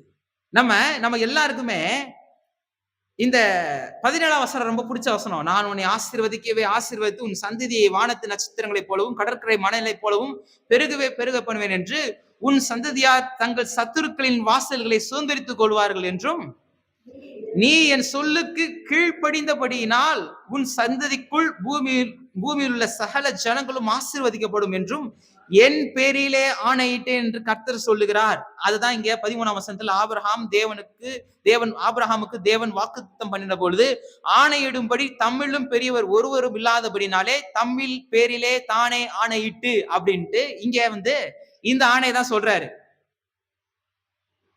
ஆபிரகாமுடைய அழைப்பை பெற்றுக்கொண்டதை பத்தி இங்க இந்த ஆசிரியர் மேற்கொள்ளல. ஆபிரகாமுடைய அற்புதங்களை பெற்றுக்கொண்டதை பற்றி இந்த இடத்துல ஆசிரியர் மேற்கொள்ளல. அவருடைய கீழ்ப்படிதல்னால இந்த உடன்படிக்கை வந்திருக்கு. இந்த மாறாத உடன்படிக்கை, இந்த நித்திய உடன்படிக்கை ஆபிரகாமுடைய கீழ்ப்படிதல்னால அந்த ஆசீர்வாதத்தின் பரிபூரணத்தை பெற்றுக்கொண்டார். ஆகார் பெற்றுக்கொண்டாங்களா? அற்புதத்தை பெற்றுக்கொண்டாங்க. ஆகார் எவ்வளவு பேர் அற்புதத்தை பெற்றுக்கொண்டிருக்கிறாங்க இல்ல? ஆனா ஆவிக்குரிய ஜீவியத்துல ஆகாருடைய வம்சம் வந்து வளர்ந்தோங்குச்சா? அற்புதங்களை பெற்றுக்கொண்டதுனாலே நம்ம வந்து ஆவிக்குரிய ஜீவியத்துல வளர்ந்தவன் கிடையாது. கர்த்தர் யாருக்கும் அற்புதம் செய்கிறவர். அவர் அன்பு நிறைந்தவர். குஷ்டரோகியா இருக்கிறான், அவனுக்கு அற்புதம் செய்யறாரு. அவன் என்ன ஆவிக்குரிய ஜீவியத்துல வளர்ந்துட்டான்னு அவனுக்கு அற்புதம் செஞ்சாரு? அவனுக்கு தேவை இருக்கு. தேவைகளை சந்திக்கிறவர் நம்முடைய ஆண்டவர். இந்த பூமியில யாவருக்கும் கூப்பிடுகிற யாவருக்கும் சமீபமாயிருந்து அவர்களுக்கு பலன் அளிக்கிறவர் நம்முடைய ஆண்டவர். ஆனா நம்முடைய ஆவிக்குரிய ஜீவியம் அதன் அடிப்படையில் இல்லை. இதெல்லாம் நம்முடைய ஆவிக்குரிய ஜீவியத்துல கடந்து வந்திருக்கோம். அழைப்பை பெற்றுக் கொண்டிருக்கிறோம், கர்த்தருடைய வழிநடத்தலை பெற்றுக் கொண்டு வந்திருக்கிறோம், அற்புதங்களை ருசி பார்க்கிறோம். ஆனா ஃபார்வர்ட் நம்ம வந்து முன்னோக்கி செல்ல வேண்டிய கடமை இருக்கு. முன்னோக்கி நம்ம செல்லணும். இந்த 17ஆம் வசனம், ஆதியாகமத்தின் புஸ்தகம் 22ஆம் அதிகாரத்துல 17ஆம் வசனம் எல்லாருக்கும் புரிச்ச வசனம். ஆனா 16ஆம் வசனத்தையும் 18ஆம் வசனத்தையும் நம்ம சேர்த்துதான் நம்ம படிக்க வேண்டியது இருக்கு. 16ஆம் வசனம் எப்படி சொல்லுது? இந்த காரியத்தை செய்தபடியால் நான் உன்னை ஆசீர்வதித்து உன் சந்ததியை பெருக பண்ணுவேன் அப்படி சொல்லிட்டு திருப்பியும் 18ஆம் வசனத்துல சொல்றாரு, நீ என் சொல்லுக்கு கீழ்ப்படிந்தபடியினால் உன் சந்ததிக்குள். அப்ப கர்த்தர் சொல்ற காரியங்களை கீழ்ப்படிதலோடு கூட நம்ம செய்கிறோமா? கர்த்தர் நமக்கு கொடுத்த அழைப்பை நம்ம கீழ்ப்படிதலோடு கூட நம்ம அதை அங்கீகரித்து நம்ம செயல்படுத்துறோமா? நிச்சயமா அற்புதங்களை பார்ப்பீங்க. ஏன்னா நீங்க சட்டைக்குள்ள வந்துட்டீங்க. நீங்க அவரிடத்துல வந்துட்டீங்க. அப்ப அங்க அங்க பாதுகாப்பு. செட்டைகள்ல வெளியில நின்னுகிட்டு கோழிக்கு ஒரு ஒரு ஒரு 5 இது இருக்குன்னு வச்சுக்கங்க. 5ல ஒண்ணே 1 வெளிய போய் நின்னுகிட்டு, நான் உள்ளலாம் வரமாட்டேன். அது இருட்டா இருக்கு. நான் அப்படியே ஐ அம் ஃப்ரீ பேர்ட். நான் தனியா தான் இருப்பேன். இந்த பரந்த உலகத்துல இருப்பேனா, பருந்து தூக்கிட்டு தான் போகும். உள்ள மறைஞ்சுக்கிற நேரத்துல மறைஞ்சுக்கணும். போய் கிட்ட சேர வேண்டிய இடத்துல, கர்த்தர் இடத்துல அடைக்கலம் பூந்துரணும். இல்ல, இல்ல. எனக்கு மத்த வேலை இருக்குது. கொஞ்சம் பசிக்குது. நான் அந்த நேரத்துல கொஞ்சம் செயல்படணும். அப்படின்னா தப்பில்ல. ஆனா ஆபத்து வந்து அடிக்கத்தான் செய்யும். அதனாலதான் சபை ஆராதனைய விட்டுறக்கூடாது. இல்ல, அது ஏன் ரொம்ப டேஞ்சர்ன்னா, மத்த பெரிய பெரிய வேலை இருக்கும். பெரிய பெரிய பிஸி தான் நம்ம. நம்ம பில் கேட்ஸ்க்கே டஃப் குடுக்குறவங்க தான். பயங்கரமான ஆளுங்க தான். இருந்தா கூட சர்ச்சு காரியங்கள்ல கரெக்ட்டா வந்துடுறது அவசியம். ஏன்னு கேட்டா, அதுதான் நமக்கு பாதுகாப்பு. இல்ல நான் வெளிய தான் இருப்பேன்னா, ஆபத்து வரதான் செய்யும். இது வந்து இது வந்து நீ அப்படி நீ இப்படி அப்படி நான் குற்றப்படுத்துறது சொல்லல. ரியாலிட்டிய சொல்றேன். ஏன்னா நீங்க என்ன பண்ணல, கர்த்தருடைய பிரசன்னத்துல இல்லன்னா, அது யாரும் தடுக்கவே முடியாது. அது யாரும் உங்கள யாருமே காப்பாத்த முடியாது அந்த நேரத்துல. கர்த்தர் தான் காப்பாத்துறவரு. காப்பாத்துறவர விட்டு வெளிய நின்னுட்டு காப்பாத்துன்னு எது காப்பாத்தும்? இந்த இந்த 2ஆம் அதிகாரத்துல 4ஆம் வசனம் பிற்பகுதி இருக்குல்ல. இவ்வளவு பேர் தானே ரட்சிப்பை நீங்க அசட்டையா நின்னீங்கன்னா, வேற எது உங்கள காப்பாத்தும்ன்னு சொல்றாருல்ல. அப்ப கர்த்தர் தான் காப்பாத்துறவரு. கர்த்தர் தான் கன்மலை. கர்த்தர் தான் அடைக்கல பட்டணம். அடுத்தது இந்த ஆசிரியர் தான் சொல்றாரு. அடைக்கலம்ன்றாரு. அவர் தான் அடைக்கலம். அவர் தான் காப்பாத்துறவரு. அவர் தான் விடுவிக்கிறவரு. அவர்ட்டயே போகாம என்ன காப்பாத்து ஆண்டவரே. ஏன் ஆண்டவரே எனக்கு இப்படி பிரச்சனைனா, யார் உங்கள காப்பாத்த முடியும்? யாருமே காப்பாத்த முடியாது. அத பட்டு தான் திருந்தணும். அப்படின்னா ஒண்ணும் பண்ண முடியாது.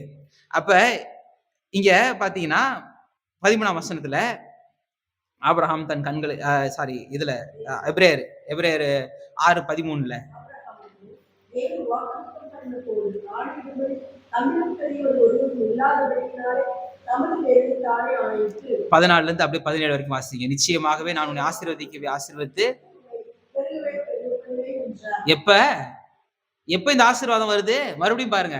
அழைப்பை பெற்றோன்னு அந்த ஆசீர்வாதம் வரல. கர்த்தருடைய வழிநடத்துதலை ருசி பார்த்ததுனால இந்த ஆசீர்வாதம் வரல. கர்த்தருடையதிலிருந்து மிகப்பெரிய அற்புதங்களை பெற்றதுனால இந்த ஆசீர்வாதம் வரல.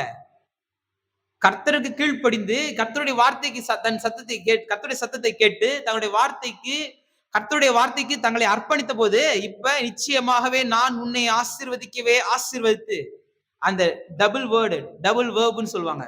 அந்த 2 காரியத்தை இணைத்து மெய்யாகவே இது மாதிரியான விஷயங்கள்லாம் ரொம்ப கான்சென்ட்ரேட்டட் பண்ண வேண்டிய இடம். ஆசீர்வதித்து உன்னை பெருக பண்ணுவேன் என்றாராம். அந்தபடி பொறுமையாய் காத்திருந்து வாக்குத்தத்தம் பண்ணப்பட்டதை பெற்றான். மனுஷர் தகுதியும் பெரியவர் ஆணையிடுவார்கள். உறுதி பண்ணும்படிக்கு ஆணையிடுதலை சகல விவாதத்திற்கும் முடிவு. அந்தபடி தேவனும் வாக்குத்தத்தம் பண்ணப்பட்டவைகளை சுதந்திரித்துக் கொள்ளுகிறவர்களுக்கு தமது ஆலோசனையின் மாறாத நிச்சயத்தை பரிபூரணமாய் காண்பிக்கும்படி சித்தமுள்ளவராய் ஒரு ஆணையினாலே அதை ஸ்திரப்படுத்தினார். ஒரு ஜியோ வந்துருச்சு, கவர்மெண்ட் ஆர்டர் இருந்துச்சுன்னா அது எந்த அளவுக்கு ஒரு ஸ்ட்ராங்கா ஸ்திரப்பட்டிருக்குமோ அது போல ஒரு ஆணையினாலே அவர் என்ன பண்ணிருக்காரா, ஸ்திரப்படுத்திட்டாராம். இப்ப 18 சொல்லுது பாருங்க. வைக்கப்பட்ட நம்பிக்கையை பற்றி கொள்ளும்படிக்கு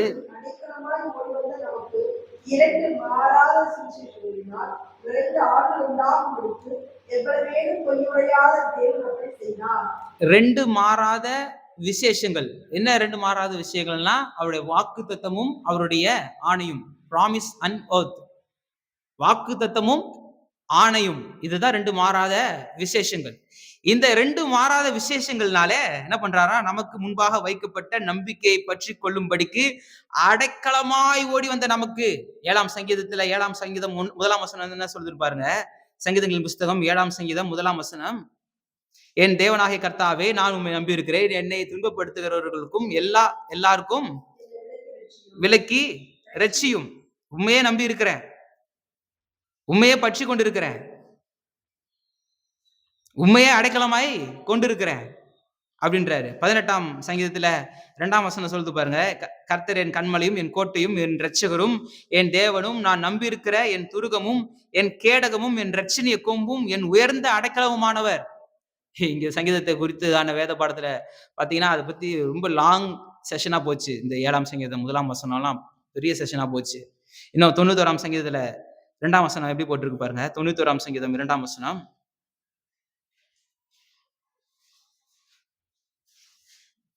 நான் கர்த்தரை நோக்கி, நீர் என் அடைக்கலம், என் கோட்டை, என் தேவன், நான் நம்பி இருக்கிறவர் என்று சொல்லுவேன். சொல்றீங்களா? சொல்றது மாத்திரமல்ல. சொல்றோம்னா இதுக்கு என்ன என்ன அர்த்தம்? அது செய்யறன்னு அர்த்தம். சொல்லுவேன்னா அதை நம்ம செய்யறோம்னு அர்த்தம்.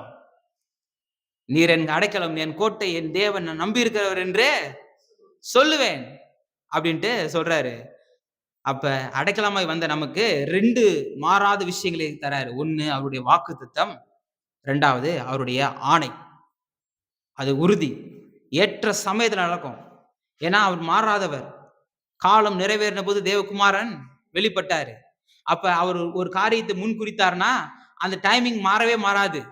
ஏற்ற நேரத்துல, சரியான நேரத்துல, உங்களுக்கு ஆசீர்வாதமான நேரத்துல, அது எப்ப உங்களுக்கு வந்தா உங்களுக்கு நன்மையோ அப்ப உங்களுக்கு கர்த்தர் கொடுப்பாரு. உங்களுக்கு நீங்க நீங்க எந்த ஆசீர்வாதத்திற்காக இப்ப ஜெபிக்கிறீங்களோ அந்த ஆசீர்வாதத்தை பெற்றுக்கொள்ளும்படி நீங்க தகுதியுள்ளவர்களா நீங்க யோசிச்சு பாருங்க. அமெரிக்கா போன ஆண்டவரே, அமெரிக்கா போன ஆண்டவரேன்னு ஒருத்தன் ஜெபம் பண்றான்னு வச்சுங்க. இங்கிலீஷே தெரியாம அமெரிக்கா போகணும்னு ஜெபம் பண்ணி என்ன பிரயோஜனம்? அங்க போய் பே பே பேன்னு முழிச்சுட்டு உள்ளே விடமாட்டாங்க. விசாவே கிடைக்காது இங்கிலீஷ் தெரியலனா. அது வேற விஷயம். ஐயோ! ஆண்டவர் எனக்கு உதவியே செய்யலன்னு சொல்ல முடியுமா? ஆசீர்வாதத்தை பெற்றுக்கொள்வதற்கு நம்மள எக்யூப் பண்ணிக்கணும். கலெக்டர் ஆன ஆண்டவரேன்னு ஜெபம் பண்றது முக்கியம் இல்ல. அந்த அளவுக்கு நம்மள எக்யூப் பண்ணிக்கணும். அதாவது பெரிய காரியங்களை நீங்க எதிர்பார்த்து ஜெபம் பண்றது தப்பு கிடையாது. ஆனா அதுக்கு நம்மள ஆயத்தப்படுத்திக்கணும், தகுதிப்படுத்திக்கணும். அது அப்பதான் அது ஆசீர்வாதம். ஓட்ட தெரியாதவனுக்கு கார குடுத்தா அது அவனுக்கும் ஆபத்து, மற்றவங்களுக்கும் ஆபத்து. இது மாதிரி தான் ஆசீர்வாதமும். ஆசீர்வாதமும் சாபமா மாறும் தெரியுமா? தகுதி இல்லாதவனுக்கு கொடுக்கப்படுகிற ஆசீர்வாதம் சாபம். அது ஆசீர்வாதம் கிடையாது. அதனால ஆண்டவர் ஏற்ற நேரத்தில் ஆசீர்வதிக்கிறாரு. இல்லன்னா அது சாபமாயிரும். அது அவனுக்கும் ஆபத்து, மற்றவங்களுக்கும் ஆபத்து. அப்ப 2 மாறாத விசேஷம் இருக்கு. 1 வாக்குத்தத்தம், 2வது ஆணை. உறுதிப்படுத்திட்டாரு. அது கன்ஃபார்ம் பண்ணிட்டாரு. அது ஆர்டர் வந்துருச்சு. அது நிச்சயமா செயல்படும். ஏன்னா அது வாக்குத்தத்தம். அப்ப அவர் ஒரு காரியத்தை சொல்லிட்டாருன்னா நிச்சயமா செய்வார். ஏற்ற சமயத்துல செய்வார். ஏன்னா அவர் குணமும் மாறாதவர் அப்படின்ற குணநலத்தை உடையவர். இப்ப 19ஆம் வசனம் அத வாசிங்க. அந்த நம்பிக்கை நமக்கு நிலையும் உறுதியும் திரைக்குள்ளாக போகிறதுமான ஆத்ம நங்கூரமாய் இருக்கிறது. இப்ப மறுபடியும் அது 5ஆம் அதிகாரத்துல இருந்து 9ஆம் அதிகாரம் வரைக்கும் என்ன அதனுடையனா பிரதான ஆசாரியர். இப்ப பிரதான ஆசிரியர் கான்செப்டுக்குள்ள வந்துட்டாரு. திருப்பியும் பிரதான ஆசாரியர்ன்ற அந்த இதுக்குள்ள இந்த அதிகாரத்தை முடிக்கிறார். இந்த இயேசு கிறிஸ்து யாருன்னா இவர் பிரதான ஆசாரியரை காட்டிலும் மேலானவர், நித்திய பிரதான ஆசாரியர்ன்றத காண்பிக்கிறாரு. எபிரேயர் நிருபம் 10ஆம் அதிகாரத்துல 19ஆம் வசனம் 20ஆம் வசனம் பாத்தீங்கன்னா, ஆகையால் சகோதரரே, நாம் பரிசுத்த ஸ்தலத்தில் பிரவேசிப்பதற்கு இயேசுவானவர் தமது மாம்சமாகிய திரையின் வழியாக புதிதும் ஜீவனுமான மார்க்கத்தை நமக்கு உண்டு பண்ணினபடியால் அந்த மார்க்கத்தின் வழியாக பிரவேசிப்பதற்கு அவருடைய இரத்தத்தினாலே நமக்கு தைரியமும் உண்டாயிருக்கிறபடினாலும் தேவனுடைய வீட்டில் அதிகாரியான மகா ஆசாரியர் நமக்கு ஒருவர் இருக்கிறபடினாலும் அப்படின்ட்டு மனசாட்சி நீங்க தெளிக்கப்பட்ட இருதயம் உள்ளவர்களாய், சுத்த ஜலத்தால் கழுவப்பட்ட சரீரம் உடையவர்களாய், உண்மை உள்ள இருதயத்தோடு விசுவாசத்தின் பூரண நிச்சயத்தோடு சேர கடவோம். இப்ப அன்னைக்கு பரிபூர்ணமான பலி உண்டாகவே இல்லை. இன்னைக்கு பரிபூர்ணமான பலி உண்டாக்கி நித்திய பிரதான ஆசிரியராகிய இயேசு கிறிஸ்துவின் மூலமாய் நாம இப்ப கொண்டு போகப்பட்டிருக்கிறோம் அப்படின்ட்டு போட்டிருக்கு. அதே 4ஆம் அதிகாரம் எபிரேயர்ல 4ஆம் அதிகாரம் 14ஆம் வசனம் எப்படி போட்டிருக்குன்னு பாருங்க. வானங்கள் வழியாய் பரலோகத்திற்கு போன தேவகுமாரனாகிய இயேசு கிறிஸ்து என்னும் மகா பிரதான ஆசாரியர் நமக்கு இருக்கிறபடியினால் நாம் பண்ணின அறிக்கையில் உறுதியாய் பற்றி கொண்டிருக்கிற கடவோம். இப்ப பழைய ஏற்பாட்டின் பிரதான ஆசாரியர் அவர்கள் பயத்தோடு போறாங்க. திரும்பி வருவோன்ற நம்பிக்கை அவங்களுக்கு கிடையாது. ஜனங்களுடைய பாவத்தை மூட போறாங்க. ஆனா அது ஜனங்களுடைய பாவத்தை கழுவல. ஆனா இந்த பிரதான ஆசாரியர் நித்திய மீட்பை உண்டு பண்றாரு, நித்திய விடுதலை உண்டு பண்றாரு, நித்தியமான அந்த கழுவுதலை உண்டு பண்றாரு. இப்ப பாவம் கழுவப்பட்டு போக்கப்படுது. இப்ப அப்படிப்பட்ட ஆசாரியர் பிரதான ஆசாரியர் நமக்கு உண்டாயிருக்கிறாரு. 20ஆம் வசனம், நமக்கு முன்னோடி ஆகிய இயேசு மெல்கிசேதேக்கு முறைமையின்படி நித்திய பிரதான ஆசாரியராய் நமக்காக அந்த திரைக்குள் பிரவேசித்திருக்கிறார். இந்த நித்திய பிரதான ஆசாரியர்ன்றது ரொம்ப ரொம்ப முக்கியம். அந்த சத்தியம் நித்திய பிரதான ஆசாரியர்ன்றது ரொம்ப ரொம்ப முக்கியம். 9ஆம் அதிகாரம், எபிரேயர் 9ஆம் அதிகாரம் 24ஆம் வசனம் பார்த்தீங்கன்னா, அந்தபடி மெய்யான பரிசுத்த ஸ்தலத்திற்கு அடையாளமான கையினால் பட்டிராதிருக்கிற பரிசுத்த ஸ்தலத்திலே கிறிஸ்துவானவர் பிரவேசியாமல் பரலோகத்திலே அங்கதானே இப்பொழுது நமக்காய் தேவனுடைய சமூகத்தில் இந்த பிரதான ஆசாரியர் எங்க உட்பிரவேசித்திருக்கிறாரு? கையினால் செய்யப்பட்ட ஒரு ஆலயத்துல இல்ல, கூடாரத்துல இல்ல, இப்ப நித்தியமான பரலோகத்துல உட்பிரவேசித்திருக்கிறார். அதுதான் மத்தேயு எழுதின சுவிசேஷம் 27ஆம் அதிகாரம் 51ஆம் வசனத்துல இயேசு கிறிஸ்து கல்வாரி சிலுவையில ஜீவனை விட்ட உடனே மேலிருந்து கீழே தொடங்கி திரை 2 கிழிந்துச்சு. ஒரு ஒரு சேயிங்ஸ் இருக்கு. என்னன்னா, பாரம்பரியமாய் அந்த அந்த அந்த இடத்துல தேவாலயத்துல இருந்த ஆசாரியர்கள் அவங்க கண்ணால பார்த்ததை ரெக்கார்ட் பண்ணி வச்சிருக்கிறாங்க. அந்த சர்ச் ஹிஸ்டரி படிக்கும்போது அந்த ரெக்கார்ட்ஸ் எல்லாம் படிக்கலாம். அடுத்தடுத்த சபை பிதாக்கள் அந்த ரெக்கார்ட்ஸை அதை இது பண்ணியிருக்காங்க. ஒரு தேவதூதன் மாதிரி ஒரு பெரிய தேவதூதன் பெரிய பட்டயத்தை எடுத்து போட்டு வெட்டினா எப்படி இருக்கும்? ஸ்கிரீன்னா சும்மா சின்ன ஸ்கிரீன்லாம் கிடையாது. அது கிட்டத்தட்ட இவ்வளவு பெரிய ஸ்கிரீன். அது தடிமன் பயங்கரமான ஸ்கிரீன் அது. அது ஏன்னா ஏன்னா அது வந்து ஒரு லெதர் இன்சுலேட்டர் மாதிரி. எப்படி வந்து உடன்படிக்கை பெட்டியை தொட்டா எப்படி வந்து ஜனங்க சாவறாங்கன்றதுக்கு சயின்டிபிக்கான எவிடன்ஸ் இன்னைக்கு நிறைய கிடைச்சிருக்கு. நீங்க அதை பத்தியான டாக்குமெண்ட்ரிஸ் வேணா தரேன். சயின்டிபிக்கா அங்க வந்து எலக்ட்ரோ மேக்னெட்டிக் ஃபீல்டு உண்டாக்கி அங்க ஒரு கரண்ட் மாதிரி உண்டாக்கி உள்ள இருக்கிற விஷயம் என்ன பண்ணுது? எலக்ட்ரிசிட்டியை ப்ரொடியூஸ் பண்ணுதான். அதாவது கர்த்தருடைய செயலை அறிவியல் பூர்வமா என்ன பண்றாங்க? ஆராய்ச்சி பாக்குறாங்க. கர்த்தருடைய வல்லமை நம்ம ஈஸியா சொல்லிடுறோம். அதுல வந்து ஒரு ரியாலிட்டி இருக்கு. அது வந்து சும்மா பிளாக் மேஜிக் மாதிரி சும்மா ஏதோ ஒரு சூப்பர் ஸ்டீசியஸாக ஏதோ ஒரு இது கிடையாது. மூட நம்பிக்கை மாதிரி அது தொட்டா ஜனங்க செத்துருவாங்கன்னு கிடையாது. அதுக்குள்ள ஒரு விஷயம் இருக்கு. அதனாலதான் கம்பை வச்சு தொட்டு அதை பெட்டியை தொடாம அந்த அயன் அதாவது அதனுடைய உலக இதை தொடாம மரத்துல இன்சுலேட்டரை புடிச்சிட்டு போங்கன்ட்டு கர்த்தரு கட்டில கொடுத்திருக்கிறாரு. அந்த திரைக்குள்ள போகும்போது கூட அதனுடைய அந்த அந்த வேவ்ஸ் அந்த எலக்ட்ரிசிட்டி வந்து இதாக கூடாது அப்படின்றதுக்காக தான் அந்த இன்சுலேட்டர் மாதிரி தடிமன்ல அந்த அளவுக்கு தடிமன்ல போட்டிருக்காங்க. இது 2ஆ பிஞ்சிருச்சான். ஒரு பெரிய பட்டயத்தை வச்சு வெட்டின மாதிரி வச்சு வெட்டி 2 துண்டா ஆக்குனத ஒளி மாதிரி வந்து அதை வெட்டி எடுத்ததா அன்னைக்கு கண்ணால பார்த்த சாட்சிகள் அதை குறிப்பா எழுதி வச்சிருக்கிறாங்க. அப்ப அந்த ஏன்னா இது வந்து ஒரு ஒரு காணக்கூடியது, கையினால் செய்யப்பட்டது. இதை விட அங்க போறாரு, பரலோகத்துக்கு போயிட்டு நம்மள விடுவிக்கிறாரு. யோவான் அதன சுவிசேஷத்துல 17ஆம் அதிகாரத்துல போட்டிருக்கு பாருங்க. யோவான் 17:24.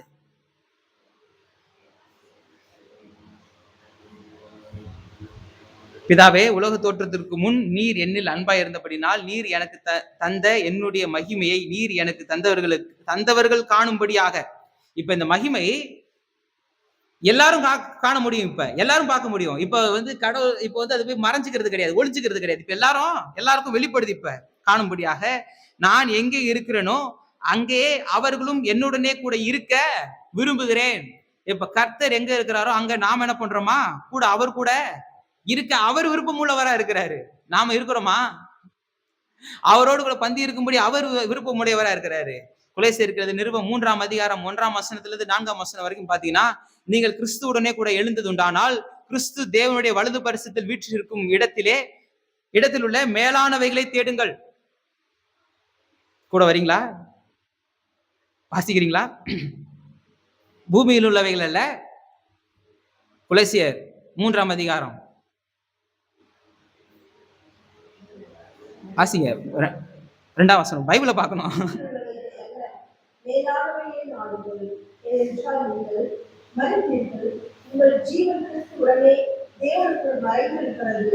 நாலாம் வசனம். நம்முடைய ஜீவனாகிய கிறிஸ்து வெளிப்படும் பொழுது அப்ப அந்த மகிமைக்குள்ளாக நம்மளை உட்பிரவேசிக்க வைத்திருக்கிறார். அந்த மகிமைக்குள்ளாக நம்மளை உள்ள கொண்டு போய் விட்டுருக்கிறாரு. அந்த மகிமையை பெற்றுக் கொண்டிருக்கிறோம்.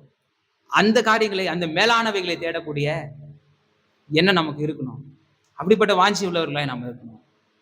இந்த 20ஆம் வசனம் பார்த்தீங்கன்னா, மெல்கிசேதேக்கு பத்தி இங்க ஆரம்பிச்சாரு. ரொம்ப இன்ட்ரஸ்டிங்கான டாபிக் நான் சொல்லியிருக்கேன். ரொம்ப பைபிள்ல ஒரு இன்ட்ரஸ்டிங்கான பெர்சன் இந்த மெல்கிசேதேக்கு. 7ஆம் அதிகாரத்துல அவர பத்தி தான் போகுது. நம்ம அடுத்த வாரங்கள்ல இந்த மெல்கிசேதேக்கு குறித்து இன்னும் ஆழமான சில சத்தியங்களை குறித்து நம்ம பார்க்க போகிறோம். கர்த்தர் நம்மளுக்கு வழி நடத்துவார். இப்பொழுது நாம் எழுந்திருக்கலாம்.